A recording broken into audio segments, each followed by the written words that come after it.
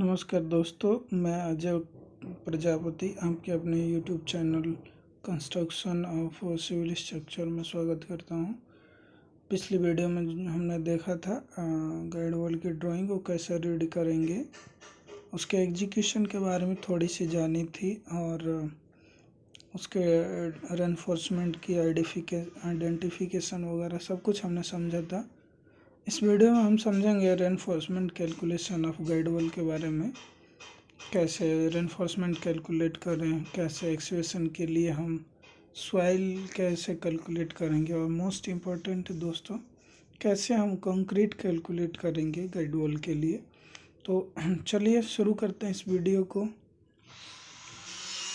तो जैसा कि आप दोस्तों देख सकते हैं, हमने यहाँ पे कुछ डिटेल्स ले रखा है।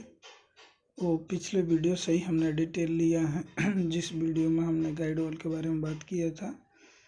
तो हमने कुछ डिटेल लिया है, वो इस प्रकार है। हमने लेंथ माना है कि हम 20 मीटर के लिए कैलकुलेट करेंगे गाइड वॉल को, रेनफोर्समेंट को।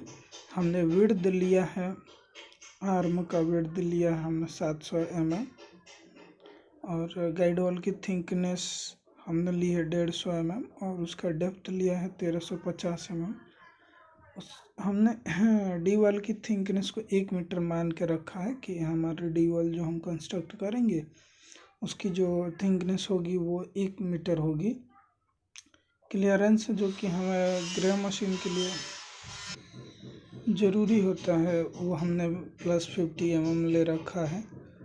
तो चलिए दोस्तों देखते हैं कैसे हम कैलकुलेशन करेंगे इन डिटेल्स के साथ। आप देख सकते हैं कि हमने यहाँ पे आपके लिए एक छोटा सा ड्राइंग भी बना रखा है जिससे आपको आसानी होगी समझने में।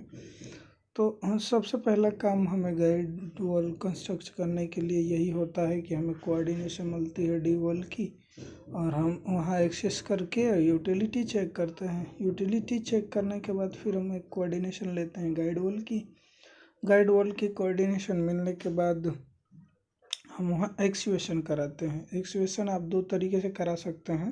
पहला तो एक दिहाड़ी मजदूर से करा सकते हैं, दूसरा आप किसी कॉन्ट्रैक्टर को दे सकते हैं कॉन्ट्रैक्ट पे। तो अगर आप दिहाड़ी मजदूर से कराते हैं तो आपको कैलकुलेशन की ज़रूरत नहीं पड़ेगी सॉइल वॉल्यूम के, लेकिन अगर आप कॉन्ट्रैक्टर को देते हैं तो आप उसको पर MQ वॉल्यूम के हिसाब से पेमेंट करते हैं, इसलिए आपको कैलकुलेशन करना ज़रूरी होगा। तो हम समझते हैं कि सॉइल वॉल्यूम को कैसे कैलकुलेट करेंगे। तो जैसे कि आप एक घनाभ का निकालते हैं वॉल्यूम, उसी तरीके से उसमें लेंथ होता है, विड्थ होता है और हाइट होता है।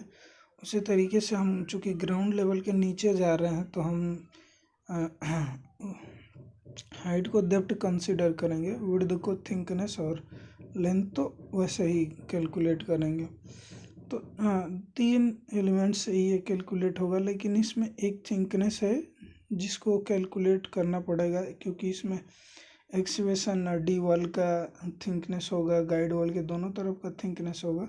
तो इसको कैलकुलेट करेंगे। कैलकुलेट करने के लिए हमने एक छोटा सा फार्मूला बनाया है कि डी वॉल की थिकनेस प्लस जो हमने क्लियरेंस लिया है और प्लस करेंगे गाइड वॉल की थिकनेस इंटू 2 इसलिए कि दोनों तरफ हमें गाइड वॉल कंस्ट्रक्ट करना है, तो हमने इंटू 2 से मल्टीप्लाई कर दिया। अब थिकनेस के लिए जब हम सारे वैल्यू रखेंगे तो हमें इतना mm यानी 1350 mm निकल के आएगा वो वैल्यू थिकनेस, टोटल थिकनेस आ जाएगी। अब हम इसी थिकनेस और लेंथ हमें पता है, डेप्थ भी हमें पता है, तो हम इस फार्मूले पर रख देंगे। तो इस फार्मूले पर जब हम रखेंगे तो आप देख सकते हैं कि टोटल वॉल्यूम हमारा यहाँ से ऐसे निकल जाएगा 36.45 m3। 20 मीटर लेंथ के गाइड वॉल को एक्सवेशन करने में 36.45 m3 मिट्टी बाहर निकलेगी। तो चलिए आगे कैलकुलेशन देखते हैं अब रेनफोर्समेंट का, कैसे रेनफोर्समेंट कैलकुलेट करेंगे। तो रेनफोर्समेंट कैलकुलेट करने के लिए जैसे कि ड्राइंग में बार मार्क दिया होता है तो हम बार मार्क 1 से शुरू करेंगे। बार मार्क 1 जो है आप देख सकते हैं आर्म का स्टीरअप है, यहाँ पे दिखाया है हमने। थिकनेस उसका 150 mm, लेंथ जो है हमने ले लिया है 700 mm, और क्लियर कवर चारों तरफ से 25 mm लिया है हमने। तो बार मार्क 1 का कटिंग लेंथ निकालेंगे एक स्टीरअप का। ये चारों तरफ से घूम गया है, ये कॉलम की तरह स्टीरअप हो गया। तो हमने कैलकुलेशन के लिए फार्मूला बनाया है, जो टोटल लेंथ है 700, उसमें से माइनस कर दिया है 2 इंटू क्लियर कवर। इधर भी क्लियर कवर हम देंगे और इधर भी, तो दोनों को माइनस करेंगे तो 2 गुना हमने माइनस कर दिया है और इसे 2 से मल्टीप्लाई कर दिया, जिससे ऊपर वाला लेंथ और नीचे वाला दोनों लेंथ हमें मिल जाता है साथ में। उसी तरीके से विड्थ में भी हमने किया है, 150 mm इसकी विड्थ है, तो उसमें से हमने 2 माइनस क्लियर कवर कर दिया है ऊपर के लिए और नीचे के लिए, दोनों तरफ के लिए। तो ये हो जाता है width minus 2 into clear cover. इसको 2 से मल्टीप्लाई कर देंगे तो इधर का और इस तरफ दोनों का लेंथ निकल जाता है। इसके बाद इसमें बैंड्स आते हैं, जब भी हम सरिया मोड़ते हैं तो वहाँ बैंड डिडक्शन होता है, तो बैंड डिडक्शन माइनस करेंगे, प्लस हम करेंगे हुक लेंथ। यहाँ आप देख सकते हैं यहाँ पे हुक प्रोवाइड किया गया है दो, तो 2 हुक है, इसलिए 2 इंटू हुक लेंथ हमने ले लिया है। तो बैंड डिडक्शन के बारे में थोड़ा सा आपको जानकारी दे दूं मैं। बैंड डिडक्शन कुछ ऐसा होता है, 45 डिग्री पे अपने डायमीटर के बराबर रिड्यूस होता है, 90 डिग्री पे अपने डायमीटर के 2 गुने के बराबर रिड्यूस होता है, और 135 डिग्री पे अपने डायमीटर के 3 गुने के बराबर रिड्यूस होता है। हुक लेंथ आपको ड्राइंग में आपके मिल जाएगा। हमने जो कंसीडर किया है वो 8D कंसीडर किया इस ड्राइंग के लिए। तो अब हम सारे वैल्यूज़ इस पे रखने के बाद बैंड, चूँकि आप देख सकते हैं इसमें 90 डिग्री पे 1, 2 और 3 बैंड है, तो 3 इंटू 2D, डी हमने डाया बार हमने 8 mm लिया है, तो 3 इंटू 2D हमने ले रखा है। उसके बाद 2 बैंड हमारे यहाँ पे होंगे 135 mm पे, तो हमने 2 इंटू 3D माइनस किया है। उसके बाद 2 इंटू हुक लेंथ हमने यहाँ पे ले लिया है, हुक लेंथ आप यहाँ से देख सकते हैं। तो टोटल वैल्यू एक स्टीरअप का कटिंग लेंथ निकल के आता है 1.53 मीटर। एक स्टीरअप का लेंथ निकालने के बाद हम नंबर्स ऑफ स्टीरअप्स कैलकुलेट करेंगे कि एक 20 मीटर के लेंथ में हमें कितना नंबर्स ऑफ स्टीरअप्स प्रोवाइड करना है। तो नंबर्स ऑफ स्टीरअप्स के लिए ये फार्मूला हटा है, total length divided by spacing plus 1। तो पिछली वीडियो में आपने देखा था स्पेसिंग क्या थी, 150 mm, और टोटल लेंथ हमारे पास 20 मीटर है। तो हमने क्या किया है, 20 मीटर को 20,000 mm में, चूँकि हमारा स्पेसिंग mm में है इसलिए हमने mm में कन्वर्ट करके कैलकुलेट किया है। तो ये आता है 143.3। तो 0.3 को हमने इग्नोर कर दिया है। अगर ये 6 या 7 होता तो +1 करते, लेकिन 5 से कम है इसलिए हमने माइनस कर दिया है, और हमने राउंड फिगर लिया है 143 नोज, यानी 143 नंबर्स लगेंगे। अब नंबर्स तो हमने निकाल लिए, 1 मीटर एक स्टीरअप का निकाल लिया हमने, कटिंग लेंथ क्या होगा। अब हमें टोटल लेंथ निकालना पड़ेगा। टोटल लेंथ हम पता कर सकते हैं, नंबर्स पता हो गए और 1 मीटर। तो हम क्या करेंगे, टोटल लेंथ के लिए टोटल नंबर में और एक स्टीरअप के कटिंग लेंथ में इंटू कर देंगे, तो वो निकल के आएगा टोटल लेंथ 218.79 मीटर। एक चीज़ मैं आपको बता दूं दोस्तों, जो भी मैंने कैलकुलेशन किया है गाइड वॉल के एक ही तरफ का कैलकुलेशन है। अगर आपको दोनों तरफ का करना है तो आप इसमें 2 से मल्टीप्लाई कर देंगे तो इस तरफ का भी आ जाएगा। तो हम एक ही तरफ का कैलकुलेशन करेंगे, दोनों तरफ का आप को करना है तो आप इसको डबल कर सकते हैं, डबल करने से आपको दोनों तरफ का मिल जाएगा। आगे देखते हैं वेट निकालना। वेट क्यों निकालना ज़रूरी है दोस्तों? वेट निकालने की ज़रूरत इसलिए पड़ती है कि कभी कभी हमें साइड पे लेंथ के हिसाब से सरिया मंगाना पड़ता है, तो कभी कभी हमें वेट के हिसाब से, most of the time weight के हिसाब से ही मंगाते हैं, तो इसीलिए हमें वेट कैलकुलेट करना ज़रूरी होता है। वेट क्या होता है? अगर हमें एक यूनिट वेट मतलब किसी भी सरिया का यूनिट वेट पता हो, तो उसके टोटल लेंथ से अगर मल्टीप्लाई कर दें तो हमें ये पता चल जाता है कि कितना केजी टोटल वेट होगा। तो यूनिट वेट निकालने का तरीका यहाँ पे है, आप देख सकते हैं, d² / 162। डी जो है डायामीटर ऑफ बार है, तो हम इस हिसाब से, ये सबसे आसान तरीका होता है, किसी भी डाया का सरिये का वेट निकाल सकते हैं यूनिट वेट आप। तो हमने इसको कैलकुलेट किया unit weight into total length से, तो ये आया 86.40 kg। आगे बढ़ते हैं दोस्तों, बार मार्क 2 कैलकुलेट करते हैं। बार मार्क 2 को कैलकुलेट करने के लिए इसका कटिंग लेंथ निकालते हैं, जैसे कि आप देख सकते हैं। ये सिंपल है, बहुत सिंपल, क्योंकि इसमें ना कोई बेंडिंग है ना कुछ भी है, ये सिंपल रहेगा। तो हम इसको लिए हैं फार्मूले में, गाइड वॉल का total length plus lap length. अगर आप 20 मीटर से ज़्यादा करते हैं तो आप उसमें आगे का ले सकते हैं, लेकिन हमने सिर्फ 20 मीटर का कंसीडर किया है, इसलिए गाइड वॉल का लेंथ और लैप लेंथ। लैप लेंथ इसलिए कि हमारा एक सरिया सिर्फ 12 मीटर का ही होता है, दूसरा सरिया हमें जोड़ना पड़ेगा। तो हमें तो 12 मीटर पता चल रहा है, ऐसे ही कि एक सरिया 12 मीटर का है तो दूसरा 8 मीटर का लगा सकते हैं, लेकिन ऐसा हम नहीं करेंगे दोस्तों, क्योंकि किसी भी सरिया को हम सीधा नहीं लगा सकते, हमें उसमें लैप देना पड़ता है। तो हमें इसमें लैप कैलकुलेट करना पड़ेगा। तो लैप कैसे कैलकुलेट करेंगे? उसके लिए फार्मूला होता है 40D या 50D, जो भी आपके ड्राइंग में कंसीडर किया गया हो, या आप जिस हिसाब से करना चाहते हो, आप इन दोनों में से कोई एक ले सकते हैं। मैंने 40D लिया है।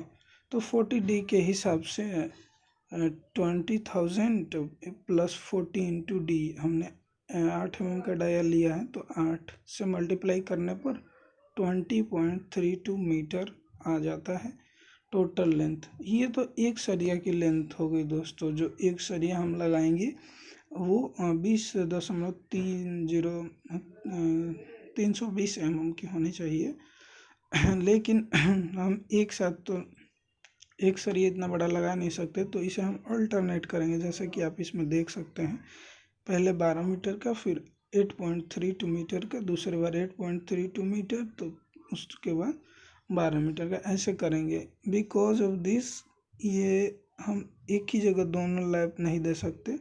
सोचिए अगर आप ऐसे एक ही जगह लैप देते चले गए और ये कहीं शेयर में फेल हुआ, तो ये एक ही जगह से टूट के अलग हो जाएगा।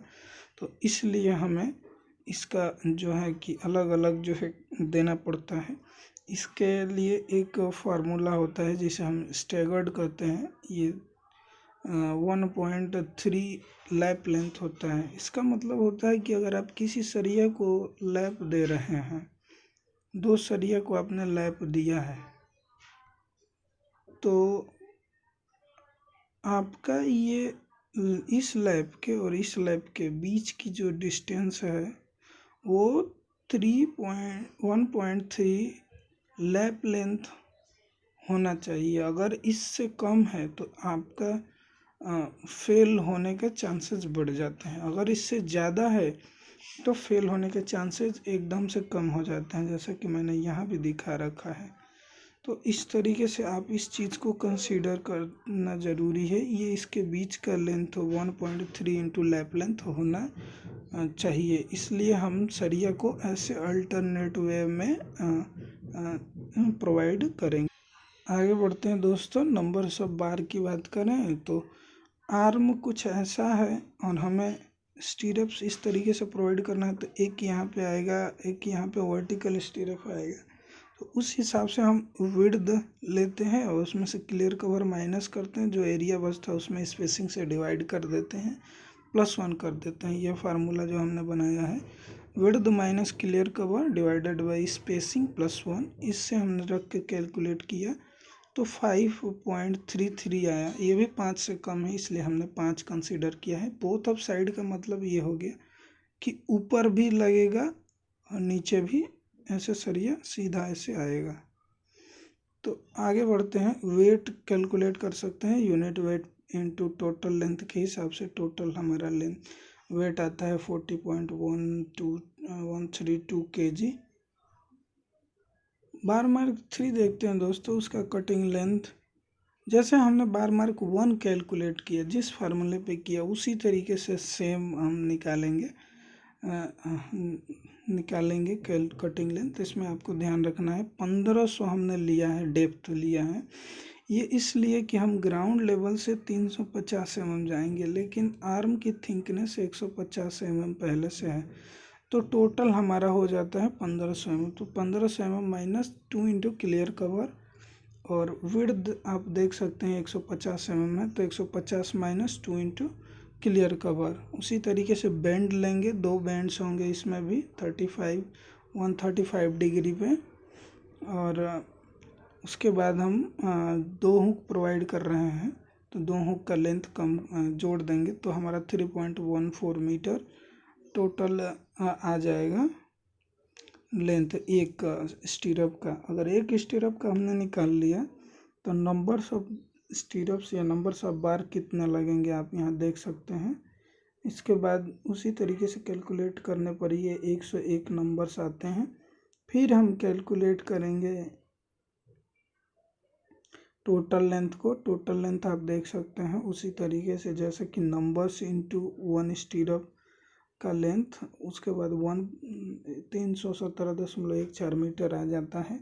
वेट कैलकुलेट करेंगे उसी तरीके से, unit weight into total length, तो 195.68 kg हमारा टोटल लेंथ निकल के टोटल वेट निकल के आता है दोस्तों। बार मार्क 4 की बात करते हैं दोस्तों, इसकी कटिंग लेंथ आप बार मार्क 2 की तरह ही निकालेंगे, गाइड वॉल का लेंथ प्लस लाइफ लेंथ। तो हमने इसमें 10 mm डाया कंसीडर किया हुआ है, तो इसलिए टोटल लेंथ प्लस 40 इंटू 10, तो हमारा निकल के आता है 20.4 मीटर। और नंबर सब बार की बात करें तो हमने वर्टिकल लिया है, तो 150। अब इसमें आर्म का तो हमने यहाँ पे आने वाला है, सीधा हमने प्रोवाइड कर दिया। हम इस जगह पे हमने वर्टिकल प्रोवाइड कर दिया है, अब हम इसके नीचे प्रोवाइड करेंगे, तो वो हमने कंसीडर किया है 1350 minus clear cover divided by 200। आप ड्राइंग का वो वीडियो देखेंगे पिछला वाला, तो उसमें स्पेसिंग दिया गया है 200 mm +1 करा है हमने। तो आप देख सकते हैं कि यहाँ पे 8 नोज आ रहे हैं। अब स्टीरअप से ये हो गया, तो एक तरफ 8 लगेंगे, दूसरी तरफ 8 लगेंगे, यानी बोथ ऑफ साइड। तो टोटल लेंथ हम कैलकुलेट कर सकते हैं। एक बार के लेंथ को नंबर सब बार में मल्टीप्लाई कर देंगे, तो टोटल लेंथ निकल के आ जाता है 163.2 मीटर्स। उसी तरीके से दोस्तों हम वेट निकालेंगे, जैसे यूनिट वेट हमने कैलकुलेट किया था। यूनिट वेट कैलकुलेट करके टोटल लेंथ में हम मल्टीप्लाई कर देंगे, तो हमारा टोटल वेट आ जाएगा। एक साइड का ये वेट है, आपको दूसरी साइड से कैलकुलेट करने के लिए 2 से मल्टीप्लाई कर देना होगा। अब मेन मुद्दे पर आते हैं दोस्तों, हमें कंक्रीट कैलकुलेशन करना होता है, कितना वॉल्यूम ऑफ कंक्रीट लगेगा। इसको हमने अलग अलग कैलकुलेट किया है दोस्तों, आप देख सकते हैं, एक बार आर्म का और एक बार वर्टिकल मेंबर का। जो ये आर्म हो गया, ये वर्टिकल मेंबर, तो इसका अलग अलग हमने कैलकुलेट किया है। आप आर्म का वॉल्यूम देख सकते हैं। वॉल्यूम निकालने के लिए लेंथ, विड्थ और थिकनेस चाहिए, उस हिसाब से हमने रख के कैलकुलेट किया है, तो 2.1 मीटर एक तरफ का आया है। वर्टिकल मेंबर का हमने वो लेंथ, डेप्थ और थिकनेस रख के कैलकुलेट किया है, तो 4.15 आया है। यानी टोटल एक तरफ का जो वॉल्यूम आ रहा है वो 6.15 m³ आ रहा है। अगर दोनों तरफ का हम लेते हैं, दोनों तरफ का प्लस करते हैं, क्योंकि एक तरफ अगर वो 6.15 आया है, तो दूसरी तरफ भी 6.15 ही आएगा, तो टोटल हमारा निकल के आता है 12.3 MQ।